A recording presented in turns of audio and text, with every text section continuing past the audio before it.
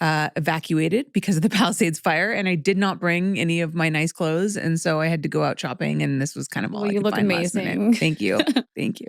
I'm happy that it was able to happen today. I know. I was honestly more concerned about your house. Thank you.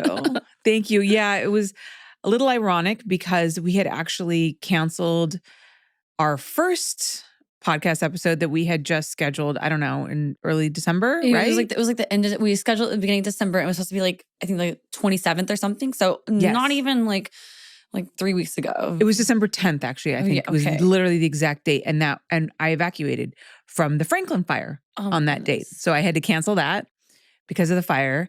And then the Palisades fire broke out.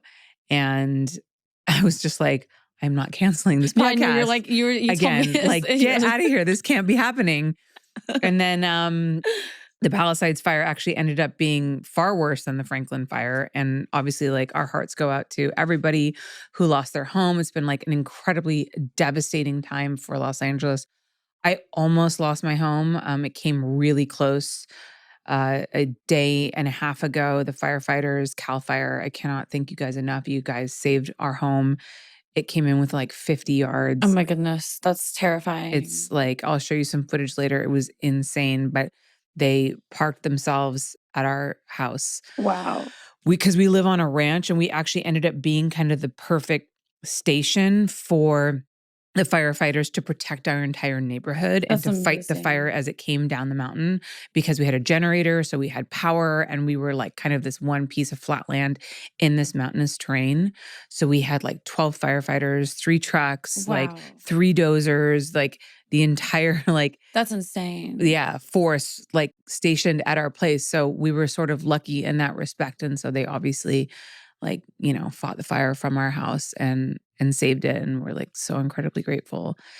I know a lot of other people weren't so lucky. I have a lot of friends who lost their homes. And I just want to say, to everyone who's been affected by the fire, like, our hearts go out to you. And, we're going to rebuild because that's what Californians do. That's what Californians do. I will say, like, it was very nerve-wracking because I was out of town shooting in Vegas all week, and just like seeing like my whole state like be on fire, and all like people I know having to evacuate and not knowing, just like so like heart-wrenching. But I think one thing that I did like to see is like all the community literally coming together. Like it really just like shows like, wow, like, I don't know. I think that's amazing that in this time of like tragedy that like it shows like how strong literally the community of like Los Angeles and California really is. Yeah.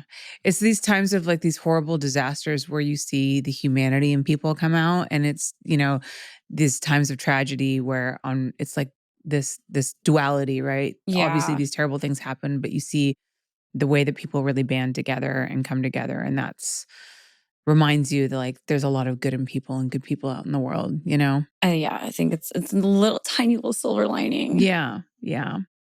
So but let's talk about how things have been going for you. You were back on the podcast in 2021. What's happened in these last 3 years? Oh my goodness. Back on the podcast in 2021. Oh my, that's crazy. It's been 3 years. Wow. Tell me a little bit about what's happened in these last 3 years. Oh my goodness. Well, in the last 3 years, let's see. Oh, wow.